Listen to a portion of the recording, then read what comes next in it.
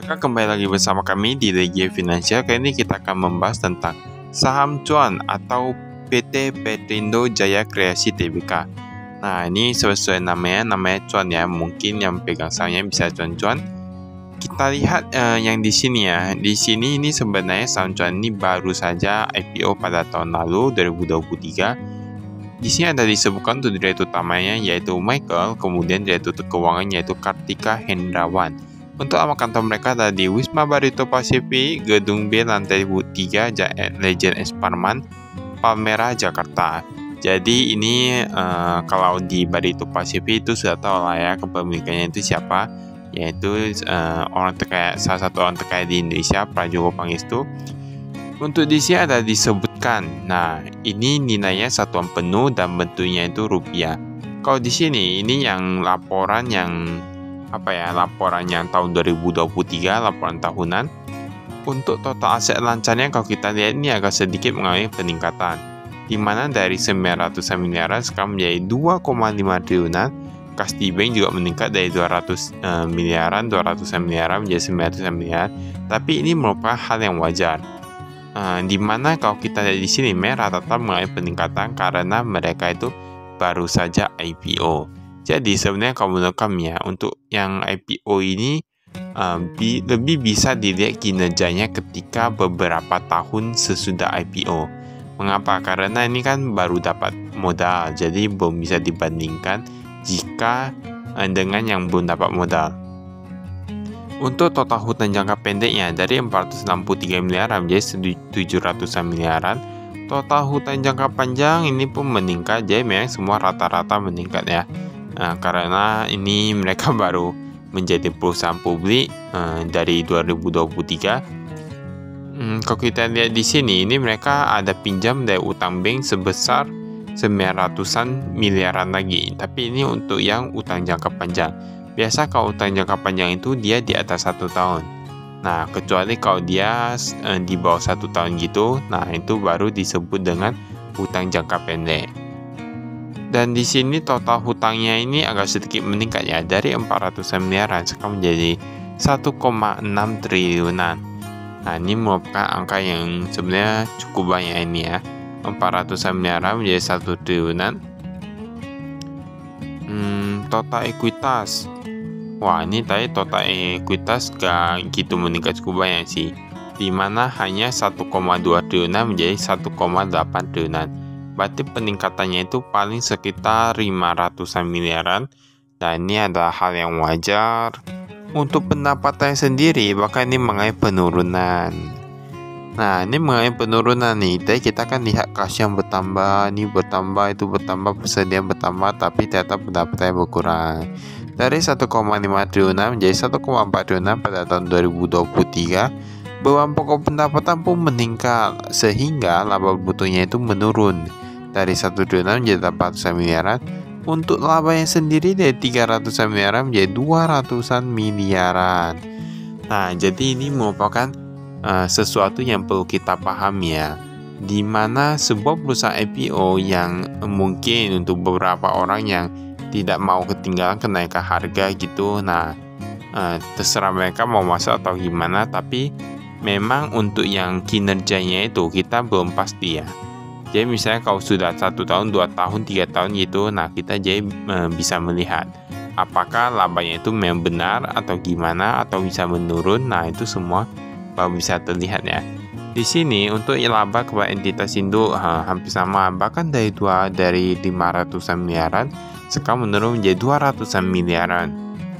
Lalu kita lihat untuk yang penerimaan dari pelanggan, tapi ini penerimaan dari pelanggan meningkat ya, dari 1,4 triliunan menjadi 1,6 triliunan. Pembayaran kepada pemasok dari 500 miliar menjadi 400 miliaran. Nah, ini agak cukup bagus karena dia meningkat ya pembayaran kepada pemasok. Jadi memang dari persediaan meningkat. Jadi memang kalau kita lihat itu yang labanya itu memang laba menurun, tapi kan semua yang lain-lain kan meningkat. Jadi itulah mengapa kita bilang agak susah untuk lihat di tahun pertama gitu pas baru IPO.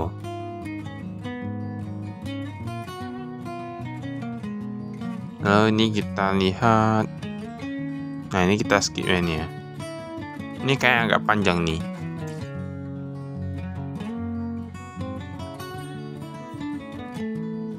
Tapi memang untuk saham ini kemarin pernah viral ya kan, dimana kenaikannya ini agak cukup banyak, kenaikan harga sahamnya.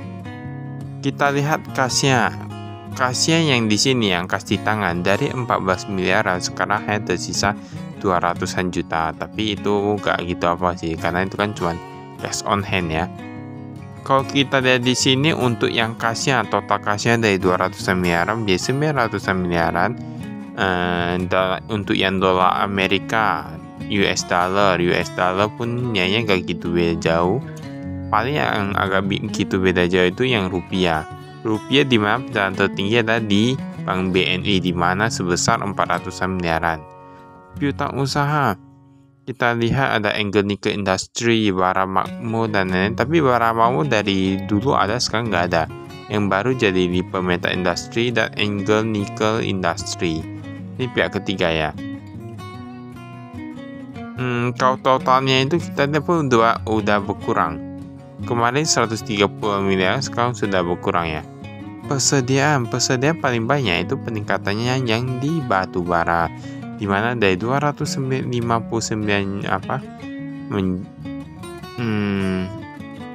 tunggu dulu. Ini ada apa nih? Ini ada uang muka investasi. Berarti mereka ada investasi di Petrosi.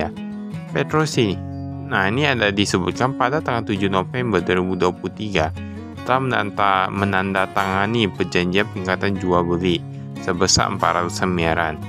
Lalu ada yang di Mutu juga, di Multi Tambang Jaya Utama sebesar 154 miliaran.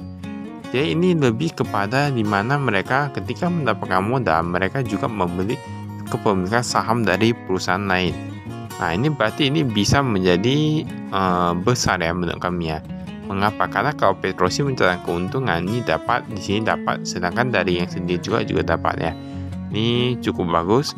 Aset eksplorasi dan evaluasi, perizinan 118 miliar menjadi 143 miliaran. Gaji kok sama ini ya.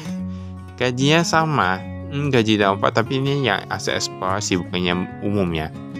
Akomodasi dan transportasi, nah ini meningkat, logistik meningkat, penelitian umum sampai 6 miliaran.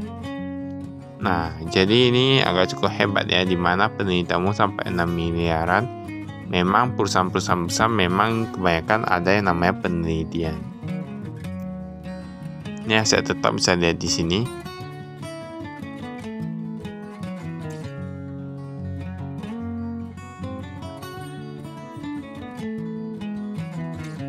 Tapi sebenarnya sebuah perusahaan itu entah mengapa kami merasa kalau dia berkembang terlalu cepat itu gak gitu mudah ya. Perlu banyak hal yang perlu diperhatikan juga. Tapi cuman orang hebat yang bisa kayak gitu ya. Ini utang usaha kalau kita lihat di sini. PT KTC Metal Mining Engineering dari 2 miliaran menjadi puluhan miliarannya. Ini agak cukup banyak sini, memang semua rata-rata mengalami peningkatan, utang usaha pun ini mengalami peningkatan. Tapi ini yang agak cukup karena dia jatuh temponya belum begitu lama lah gitu lah. Utang lain-lain, wah ini ternyata mereka ada utang kepada Kementerian Lingkungan Hidup dan Kehutanan, kemudian ada utang kepada Direktorat Jenderal Mineral dan Batubara. Tapi di sini ada disebutkan ya, utang kepada Kementerian Lingkungan Hidup dan Kehutanan timbul karena grup melakukan kegiatan pertambangan di kawasan hutan, sehingga berkewajiban membayar iuran IPPKH sesuai dengan jumlah yang ditagihkan pada surat tagihan. Jadi, banyak kalau alam Indonesia itu, kita melakukan pertambangan di alam Indonesia ataupun di hutan, itu memang harus dibayar seperti izin dan lain-lain. Nah, itu ibaratnya seperti ganti rugi kayak gitulah ya. Nah, jadi untuk beberapa orang yang kurang tahu, memang semuanya itu ada izinnya, ada pembayarannya, nah gitu-gitulah ya. Tapi ini berarti taat hukum sih. Tapi gak tahu lah ya. Ini ada Tuan Pak Joko Pangestu sebesar 85%-an, kemarin 99%-an, dan setelah IPO publik menjadi 85%-an. Kemudian untuk yang Tuan Agus Salim Pangestu ini hanya agak sedikit ya, di mana 0,001%.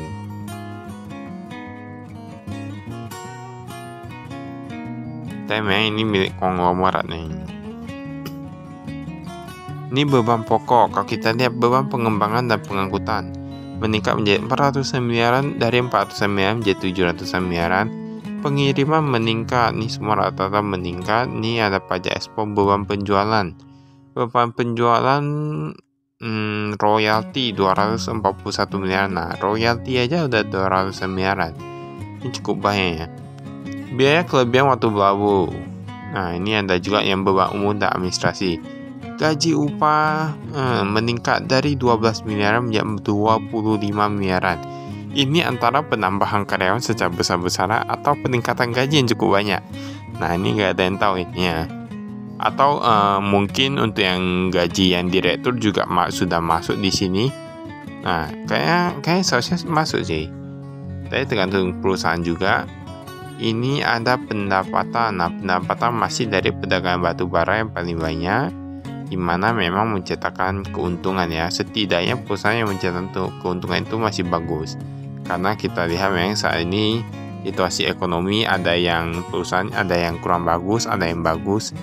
Nah, ini termasuk yang masih mencetak keuntungan oke lah ya. Baiklah, itu saya dari kami. Sekian dan terima kasih. Saya investasi.